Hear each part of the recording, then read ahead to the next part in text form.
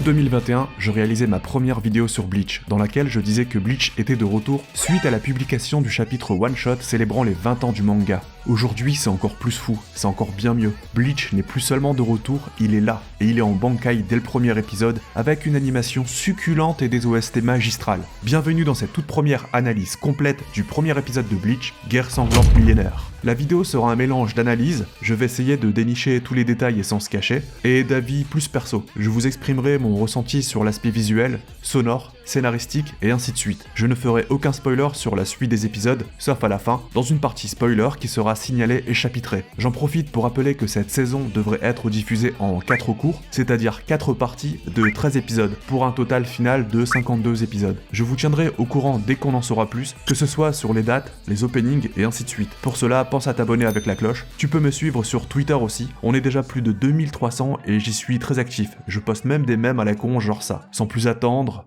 ikuze.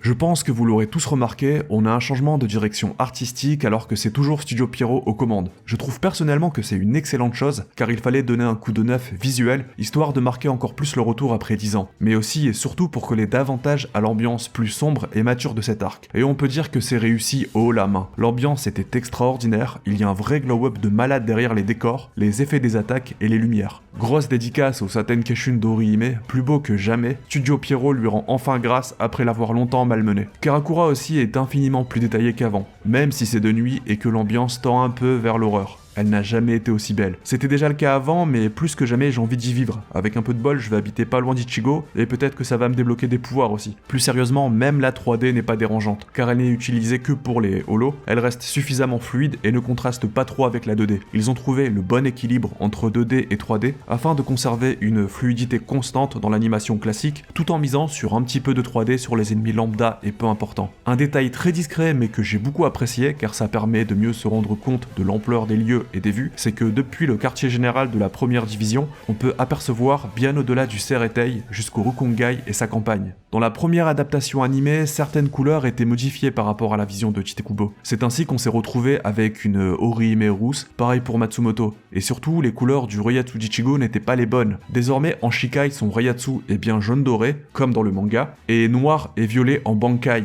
Au début ça peut perturber, mais en réalité qu'est-ce que ça rend bien? Ça dégage un sentiment de puissance nettement supérieure aux anciennes couleurs. La séquence d'introduction des héros de Karakura est la meilleure de l'épisode et se place déjà comme un classique. La qualité visuelle, le fanservice parfaitement dosé et le retour du thème culte number 1 d'Ichigo, pouah, c'était dingue. Quand il y a eu l'introduction d'Ichigo avec d'abord le plan sur son pied, puis son visage, et sa petite réplique, j'ai bondi de ma chaise. Non vraiment, ils savent comment nous parler, ils savent quoi faire pour sublimer le manga. Il y a aussi la séquence durant laquelle Ebern tente de voler le Bankai d'Ichigo qui est excellente, bien meilleure que dans le manga. Les effets visuels sont bien plus explicites et surtout effrayants. Merci la magie de l'animation, car on a en parallèle le discours de Sasakibe sur le fait que les mystérieux ennemis peuvent voler les Bankai, et en même temps cette magie noire et glauque qui se déploie. Le gros plan sur le visage de giga psychopathe d'Ebern rend la chose encore plus palpable, on sent que ça peut être très chaud pour Ichigo. Un énième détail que j'ai bien aimé aussi, c'est les choix artistiques liés au moment de la journée. Le début, on savait que ça se passait la nuit, ce qui rend les attaques de nos héros encore plus salvatrices et jolies. Mais tout ce qui s'ensuit, la grisaille du Seretei laissant entrevoir des jours sombres et le coucher de soleil contre Ebern, offrant une atmosphère parfaitement adaptée et rafraîchissante, on sent dans ces moments que 10 longues années se sont écoulées depuis les derniers épisodes, alors qu'ils étaient pourtant déjà très beaux pour leur époque. Dernier point sur l'aspect visuel, on peut le dire, pour une fois on s'est pas fait avoir par les trailers, et si vous vous rappelez bien, c'était la plus grande crainte de pas mal de gens. C'est finalement aussi beau, voire encore mieux, et ça n'annonce que du très très lourd pour la suite, et les vrais combats qui s'annoncent. Car croyez-moi, si vous aimez les combats dantesques, vous allez être servi.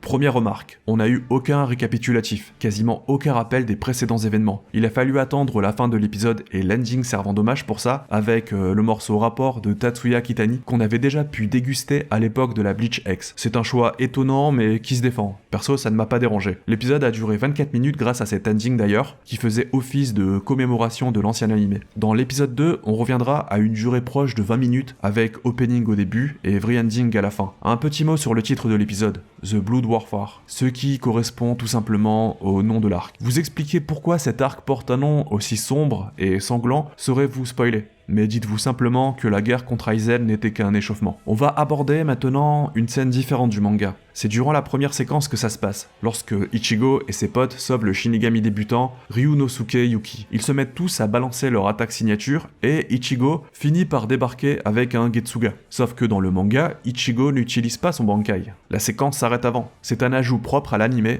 et on comprend mieux d'où venait ce passage où il charge un Getsuga Tenshu dans les trailers. C'était impossible de la situer dans un chapitre et désormais on sait que c'est parce qu'il s'agit d'un ajout purement fanservice, sur lequel on ne va pas cracher. Même si on sait tous qu'Ichigo n'avait absolument pas besoin de l'utiliser pour éliminer ses holos. Il a juste voulu flex. Dites-vous que pour lui ça fait aussi 10 ans donc on peut le comprendre. Autre détail. On est d'accord qu'à un moment, Sado a littéralement exterminé des dizaines d'humains avec la muerte pour tuer un holo de base. C'est bel et bien un criminel de guerre, et il brise radicalement la promesse qu'il avait faite à son abuelo. Quoi, c'est parce que c'est un orphelin qu'il a le droit de créer des orphelins à chaque patate? Je crois que le délire du Tchad lui est monté à la tête, le gars croit vraiment que ça vient de lui. Il faut qu'on parle du passing aussi. Cet épisode regroupe les chapitres du 480 jusqu'au 484, avec des scènes pourtant en moins qui viendront sans doute plus tard. Par exemple, Iyuri est absente, alors qu'on est censé l'apercevoir avant la séquence dans la chambre d'Ichigo. Des gags ont été supprimés aussi, ainsi que Yuzu et Karin du chapitre 482. Mais restons sereins les potes, ils ont eu des années pour y réfléchir, s'organiser.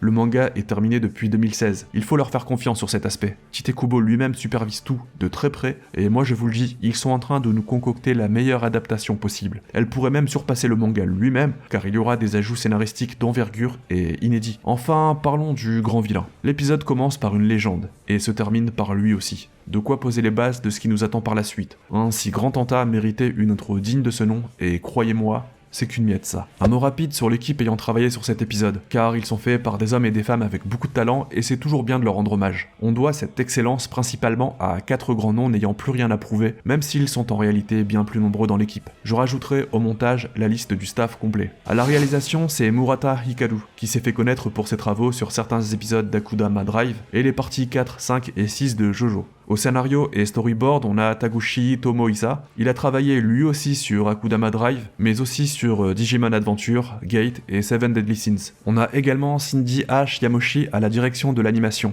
Elle aussi a un CV assez incroyable. Elle a travaillé sur le classique sous-côté Kaiji, mais aussi sur Akudama Drive elle aussi, décidément, et Golden Kamui entre autres. Mais ce que je trouve fou, c'est qu'elle a aussi bossé sous un nom masculin sur le chef-d'œuvre de l'animation Akira sorti en 1988. Enfin, parlons du GOAT de cette équipe, l'éternel fidèle à Bleach que certains confondent parfois avec Kubo directement à cause de la ressemblance de leur nom, Masashi Kudo. Il était déjà là en tant que directeur de l'animation et chef animator director, mais il a aussi fait ses preuves sur l'opening de la saison 2 de Code Geass ou quelques épisodes d'Hunter x Hunter. Voilà pourquoi l'épisode tuait autant, et ça va être comme ça chaque semaine. Les musiques, c'est du grand Shiro Sagisu. Comme d'habitude. Non, pas comme d'hab en fait, c'est encore un cran au-dessus en vrai. Comme si malgré l'âge et le temps qui passe, il n'avait fait que progresser. On a déjà eu un gros nombre de musiques excellentes dès le premier épisode, alternant entre l'humour et la bonne ambiance dans la chambre d'Ichigo, à l'épique et l'angry opéra, son genre de prédilection dans lequel il écrase la concu. Le son du shunpo de Yamamoto est légèrement différent, j'ai l'impression, et le rendu aussi. On a pu découvrir également le bruit des ombres des Quincy, leur permettant de fuir dans leur poche dimensionnelle. Un bruit étrange qui m'a fait me demander si mon enceinte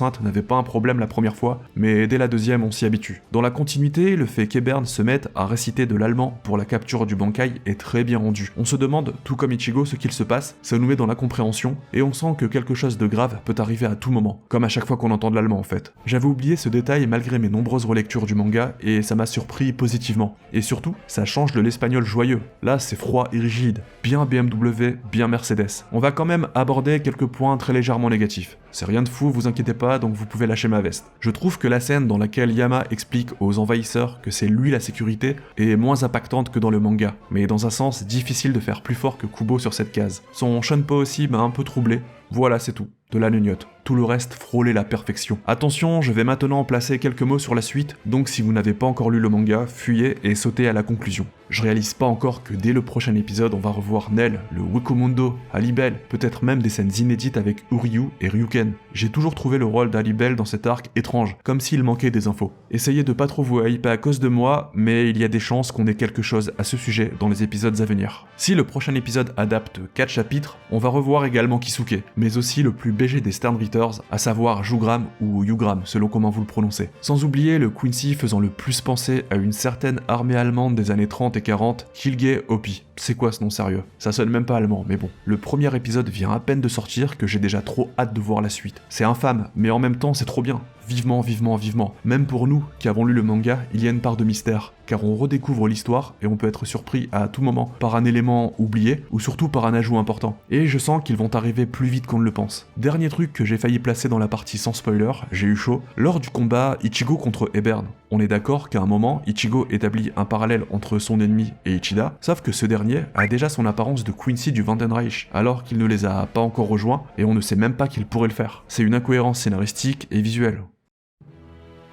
Vous avez trouvé cet épisode exceptionnel? Vous n'êtes pas prêt pour la suite. Là, il ne s'est rien passé, c'est une petite escarmouche, un petit teasing, comme on en a déjà eu dans les précédentes saisons. Le deuxième épisode sera bien meilleur, et le suivant encore, et ce sera comme ça jusqu'à la fin de cette partie, en espérant que la réalisation suive, mais si l'on se fie au trailer, il n'y a pas de quoi stresser. Si t'as aimé l'épisode, et surtout si t'as apprécié cette review réalisée en speedrun, mais avec passion et précision, attention, tu peux me rétribuer en laissant ton meilleur j'aime, en commentant pour nourrir l'algorithme, en partageant sur tes réseaux, et en t'abonnant avec la cloche pour ne pas rater mes prochaines analyses et théories. J'ai longtemps cru que nous, les fans de Bleach, étions les grands maudits du Big Tree. Nous sommes désormais les plus bénis, car le retour du plus grand Neketsu ne fait que commencer.